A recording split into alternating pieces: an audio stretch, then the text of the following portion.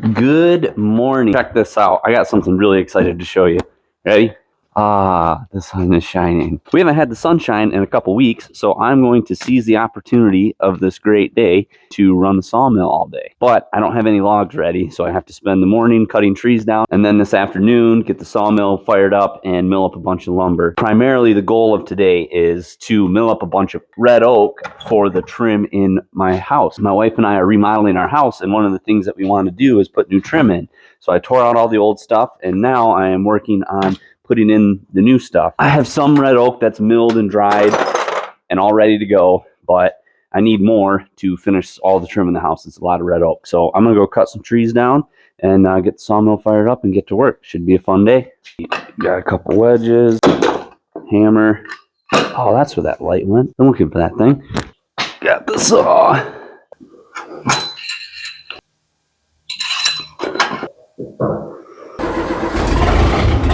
Alright, while that warms up, just remember that this thing is broken. My grapple broke. Not a very great design because I can't really get a bolt in there. It's supposed to look like this.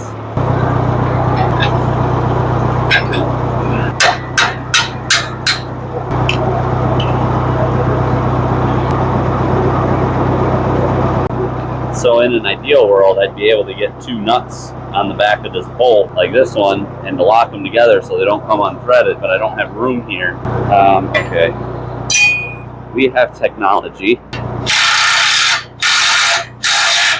As this swings up and down, it's going to back that out. Maybe I will try drilling a hole through that. She's going. Who needs cutting fluid? Bingo. Bingo, bingo, bongo. Take our cotter pin. There. Ready to go to work. You want to see it do its thing? Here we go. That thing is so handy. I don't know what trees exactly I all want to cut today. Thought about cutting these ones down. This one right here. A couple of these oaks. Maybe that one. Alright, these two trees that I was thinking about taking, I think they're going to be pretty good. Kind of not very easy to take down. Hey, look. This... Oh, it's kicked up a deer. A couple of them. Anyway, this big split oak tree here is shading out. This is a younger white oak tree here, and we don't have many white oaks, and white oak timber is much more valuable, and the white oak acorns are much more desirable to wildlife. So getting trees for trim in the house and doing a little bit of habitat management / timber stand improvement. Where is the men's room around here? Huh, this'll do.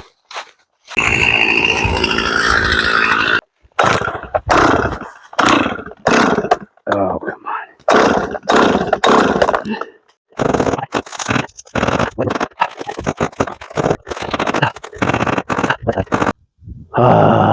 This thing always starts. What the heck? Okay. We'll see if starting fluid does the trick.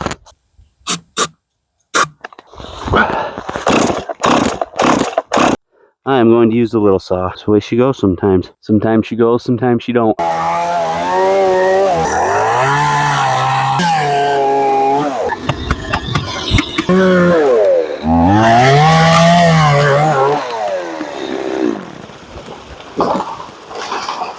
Come on. All right. Beauty.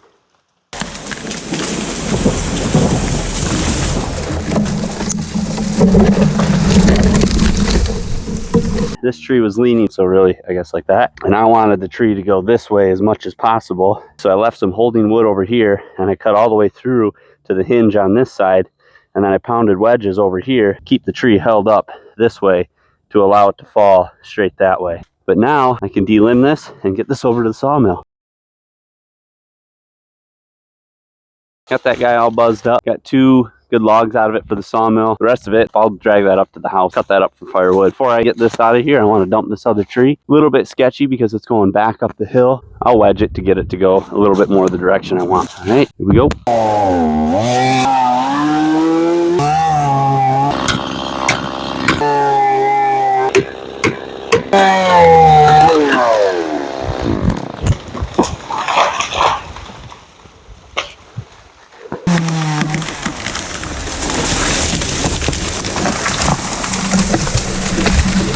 Perfect. Same sort of thing. Left holding wood on one side. Wow, look at that. Here's a perfect example of what a frost crack is. See this split in the tree right here? Timber buyers will mark you down for this from when it warms up in the spring and the sap starts to run, and then it gets below freezing again, at least I think, and it splits the tree, called a frost crack. If you look right up in here, the tree split all the way to the middle. Not very great for a timber buyer, but good enough for me.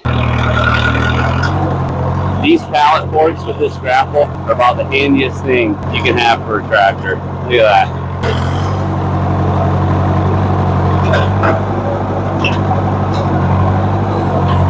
I can't see the tips of my forks. I'm just going by feel. Man, these logs are heavy.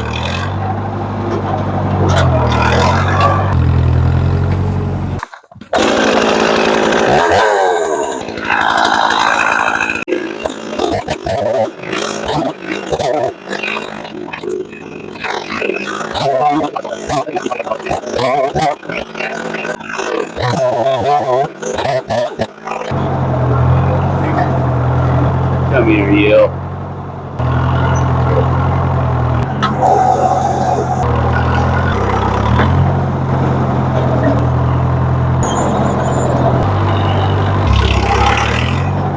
Come on. Gotta come back for the camera.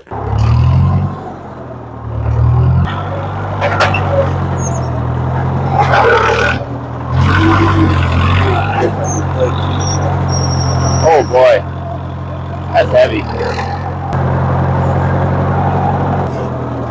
Slow torsion. Get a bunch of dirt all over the park. I'm gonna go grab some of this tops of these trees, firewood, and get it up to the house. Backing up, backing up, backing up. Well, get backed up. And you know what? I think we might be lost. That is a SpongeBob reference. Got it.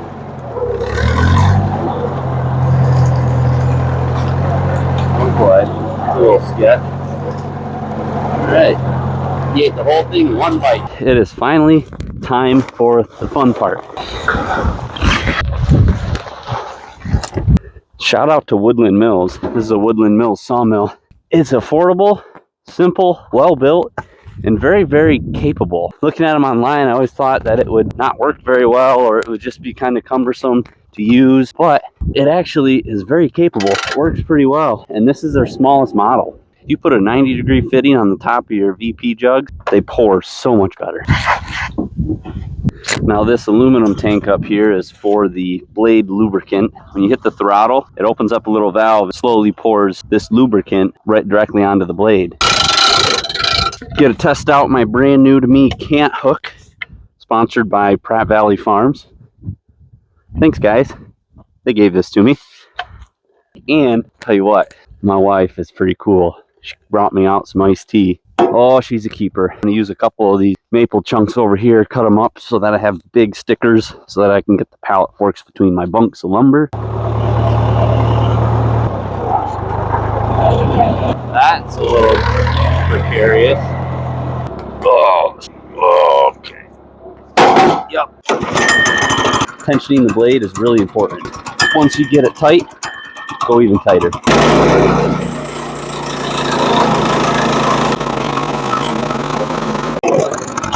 Loosen up your log clamp, rotate it 90 degrees, clamp it back into place.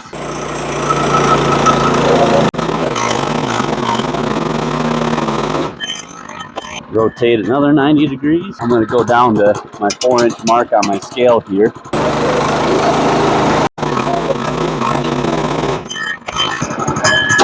Whoops, last cut. I need to come up with a better log clamp. It takes too much time. Now I have a 4x4.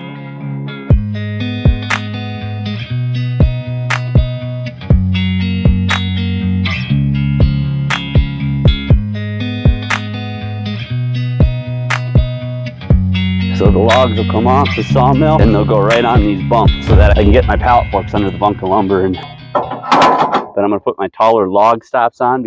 All right, I think I'm ready. Ouch.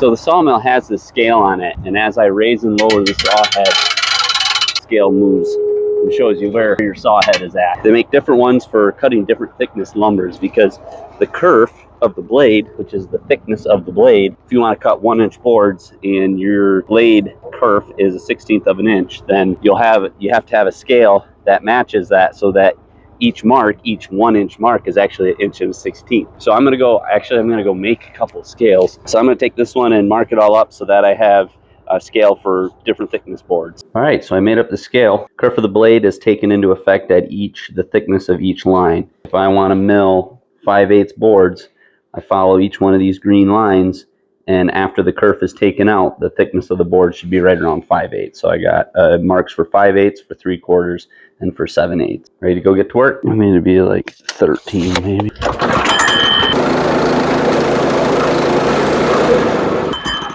Yeah, wet lumber. Nice and light. Green lumber. Make a man out of anyone.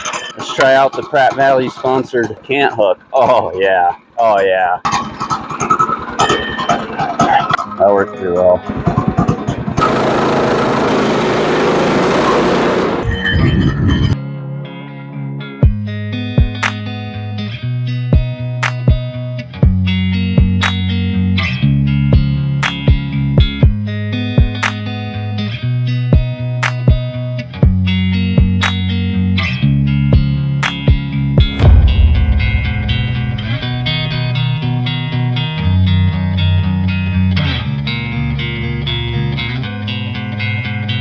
Check it out. 3/4 of an inch thick by 8-inch wide boards. I'm gonna keep going. I'll set you up as a time lapse and do a couple more. I'll set you up as a time lapse and I'll do a couple more logs. Let's get to it. Do a blade change quick before I do this last log.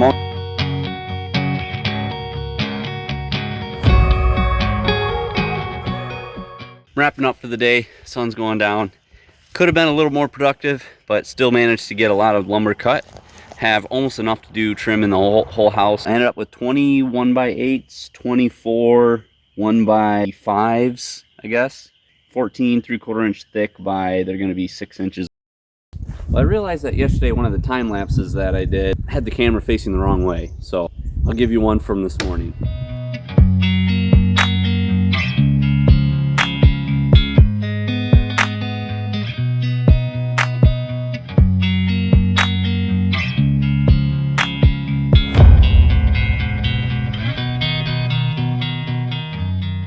As an amateur content creator, I somehow messed up and completely either lost or accidentally deleted the ending of my video that I recorded showing all the lumber that I had cut. So we're jumping forward in time now. All of this lumber down here behind me is all the stuff that I just cut off the sawmill.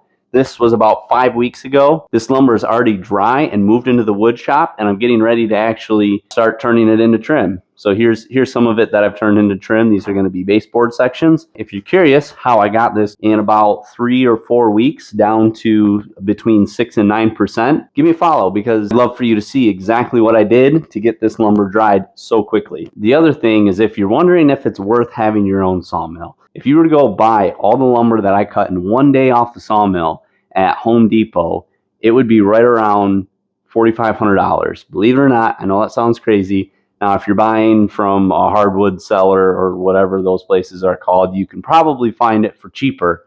But I priced it all out on Home Depot's website, and to buy all of these red oak boards, it would be around $4,500. And again, stay tuned for a video on how I dried the lumber and the process that it takes to turn rough sawn oak boards like these ones here and turn them into finished trim like this. Well, these actually aren't finished. I'm going to spray them with lacquer. Anyway, thanks for watching. Have a great day, and good luck on whatever projects you're working on next.